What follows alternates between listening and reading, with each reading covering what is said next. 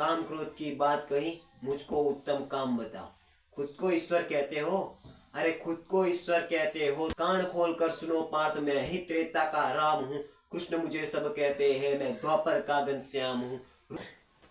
तो नमस्कार, जय श्री कृष्ण। केम छो બધા મજામાં ને? હોપ બધા મજામાં છો। હું છું તમારો પ્રિય ટોમ અને તમે જોઈ રહ્યા છો ટોમ બ્લોગ યુટ્યુબ ચેનલ। આમ તો મારું નામ મિતુ છે। તો સૌ પ્રથમ સૌને બધાને મારા થેન્ક યુ છે, કારણ કે મારા કાલ રાતે જ 2K આઈ થિંક સબસ્ક્રાઈબર પૂરા થઈ ગયા છે અને અત્યારે 2100 જેવા થઈ ગયા છે।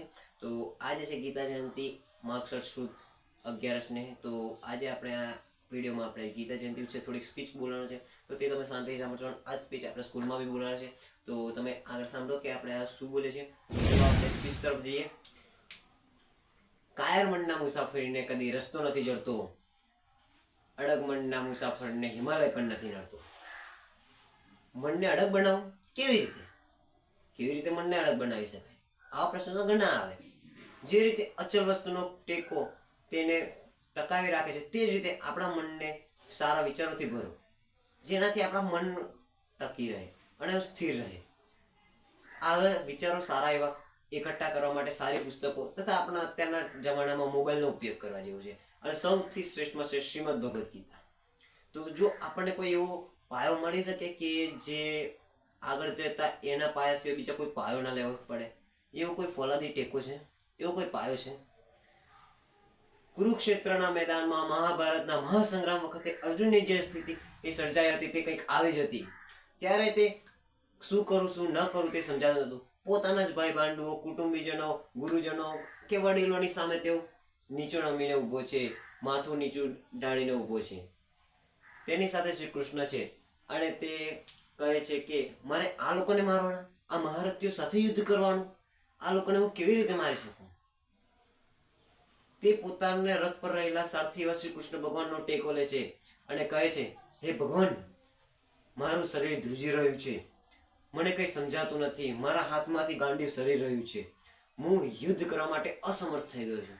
ત્યારે તે જ સમયે શ્રી કૃષ્ણ તેમને ભગવદ્ ગીતાનો પાઠ સૂચવે છે અને ઉદ્દેશ્ય આપે છે। અનંત ગ્રંથ એટલે ગીતા, શ્રીમદ ભગવદ્ ગીતા, અને ધર્મ ગ્રંથ એટલે ગીતા। હિન્દુનું ધર્મ ગ્રંથ પુસ્તક એટલે ગીતા, જે અંતથી આરંભ સુધી લઈ જાય એને જ કહેવાય શ્રીમદ ભગવદ્ ગીતા। જો વાંચશો તમે આને એક વાર તો તમે શીખશો એક નવો પાઠ, જો વાંચશો તમે આને અનેક વાર તો શીખશો કંઈક નવી એ વાત। તો શું છે આ ગીતા? શું છે આ શ્રીમદ ભગવદ્ ગીતા? શું થશે આને વાંચવાથી? શું મળશે આપણને? આવા ઘણા બધા પ્રશ્નો આપણા મનમાં ઉપજી આવતા હોય છે અને ઘણાના પ્રશ્નો આવા હશે પણ, જે આપણને જીવતા શીખવાડે તે ગીતા। એટલે કે જો हमको जीना सिखाए वो गीता, जो सच्चे मार्ग पर ले जाए वो गीता, जो हर बार पढ़ो और कुछ नया सीखो वो गीता, और मार्गदर्शन दे वो गीता, अंत से आरंभ तक ले जाए वो गीता, उसी को कहते हैं हमारे धर्म पुस्तक श्रीमद भगवद गीता। શું છે આ ગીતા? આમ તો આનો સમયકાળ લગભગ 5000 વર્ષ પૂર્વ માનવામાં આવે છે। આમ એવું એકમાત્ર પુસ્તક છે આખા વિશ્વનું જેની જન્મ જયંતિ ઉજવવામાં આવે છે, જે માગશર સુદ 11 ના દિવસે આવે છે, જે આજે છે આપણે આજે ઉજવી રહ્યા છીએ। તમે આ જોઈ રહ્યા છો, વિડીયો જોઈ રહ્યા છો, સાથે સાથે હું સ્કૂલમાં બી બોલવાનો છું કે અન્ય જગ્યાએ પણ બોલવાનો છું। તો આ જ વસ્તુ આપણે શીખીએ। શું છે આ શ્રીમદ ભગવદ્ ગીતા? મહાભારતનો જે સમયગાળો છે તે પણ 5000 વર્ષ જૂનો છે, તેને મહર્ષિ વેદવ્યાસ દ્વારા લખવામાં આવ્યો હતો। શું સાલો આ માણસ વચ્ચે મહાભારત ક્યાંથી લાવ્યો? શ્રીમદ ભગવદ્ ગીતાની સ્પીચ ચાલે છે ને મહાભારત ક્યાંથી આવે? તો જેને ના ખબર હોય એને કહી દઉં કે મહાભારતના જ ભીષ્મ પર્વનો એક અંગ એટલે શ્રીમદ ભગવદ્ ગીતા। આ શ્રીમદ ભગવદ્ ગીતામાં 18 અધ્યાયો અને 700 જેટલા શ્લોકોનો સમાવેશ થાય છે। કેટલાક શ્લોકોને છોડતા તે આખી શ્રીમદ ભગવદ્ ગીતા અનુષ્ટુપ છંદમાં લખાઈ છે।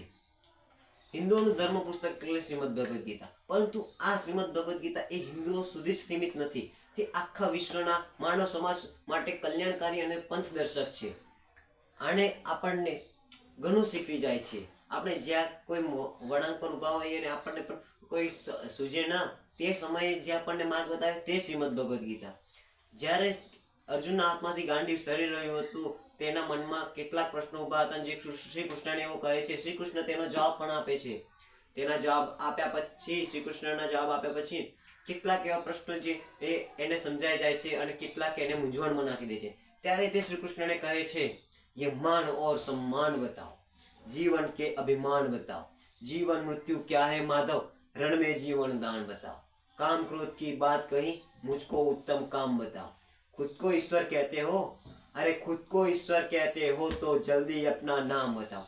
આટલું જ સાંભળતાની સાથે શ્રી કૃષ્ણ ભગવાન તેને જવાબ આપતા કહે છે, कान खोल कर सुनो पार्थ, कान खोल कर सुनो पार्थ, मैं ही त्रेता का राम हूँ, कृष्ण मुझे सब कहते हैं, मैं द्वापर का घनश्याम हूँ, रूप कभी नर नारी का रख के मैं ही वेश बदलता हूँ, धर्म बचाने के खातिर मैं इन्हीं वेश बदलता हूँ, विष्णु जी का दसम रूप में परशुराम मत वाला हूँ, नाग कालिया के फन पर मैं मर्दन करने वाला हूँ, बाकासुर और महिषासुर को मैंने जिंदा गाड़ दिया, बाकासुर और महिषासुर को मैंने जिंदा गाड़ दिया, धर्म बचाने के खातिर मैंने हिरण्यकश्यप फाड़ दिया. આટલું સાંભળતાની સાથે અર્જુનના મનમાં યુદ્ધ કરવા માટે એ મનોબળ આવે છે અને તે યુદ્ધ કરવા માટે ઊભો થાય છે. તે જ રીતે આપણા જીવનમાં જે જે આપણને એ મનોબળ જે ભાગી ગયો છે તે મનોબળ લાવો, એ સૂચવે છે આ શ્લોક, એ સૂચવે છે આ સંગીત, આ સ્ટ્રેપ જે કહો એ આ સૂચવે છે તમને કે યુદ્ધ કરો, ઊભા થાઓ અને સામે આપણા યુદ્ધને પૂર્ણ વિરામ આપો. ફળની ચિંતા ના કર, તે તને આપોઆપ મળી જશે. એ શ્રી કૃષ્ણનો સંદેશ છે. માનવતા એ જ માનવનો ઉપદેશ છે. શું છે આ માનવતા? જો આપણે નિષ્કામપૂર્વક કાર્ય કરીએ તો જ આપણને મોક્ષની પ્રાપ્તિ થાય છે, અને જો આપણે કોઈ પણ મૂંઝવણમાં ભરાઈએ તો આપણને શ્રીમદ ભગવદ્ ગીતાના શબ્દો આપણને બહાર લઈ જાય છે. તો શ્રીમદ ભગવદ્ ગીતાનો પાઠ કરવો જોઈએ. અંતે હું આટલે હવે એટલું જ કહેવા માંગુ છું કે જો તમે વિદ્યાર્થી જીવનમાં હો તો ફળની આશા ના કરશો, વાંચતા લખતા રહો. જો તમે ફળની આશા રાખશો તો તમે હીરોથી ઝીરો પર આવી જશો, અને જો ફળની ની આશા રાખી એ તમે કરશો મહેનત તો તમે ઝીરોથી હીરો બની જશો. અને અંતે હવે એક શ્લોક બોલીને આપણી આ સ્પીચને પૂર્ણ વિરામ આપું છું.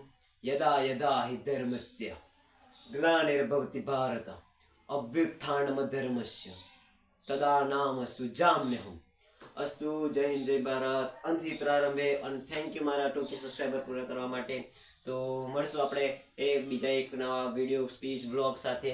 તો થેન્ક યુ. અને જે પણ આ વિડીયોમાં સ્પીચમાં ખોટું બોલાયું હોય કે કોઈ શબ્દમાં આગળ પાછું થયું હોય તો એના માટે સોરી. આપણે આ સ્પીચ રેકોર્ડ કરી હતી, હવે આ નાખું છું અત્યારે, ઇમરજન્સીમાં રેકોર્ડ કરી છે એટલે કોઈ પણ ભૂલ આવી હોય તો એના માટે સોરી. અને મારી પાસે કોઈ અત્યારે છે નહીં એટલે મેં પોતે જ બધું સેટઅપ કરીને રેકોર્ડ કર્યું છે, તો કોઈ પણ ભૂલ આવે તો એના માટે સોરી. અને થેન્ક યુ મારા 2K સબસ્ક્રાઈબર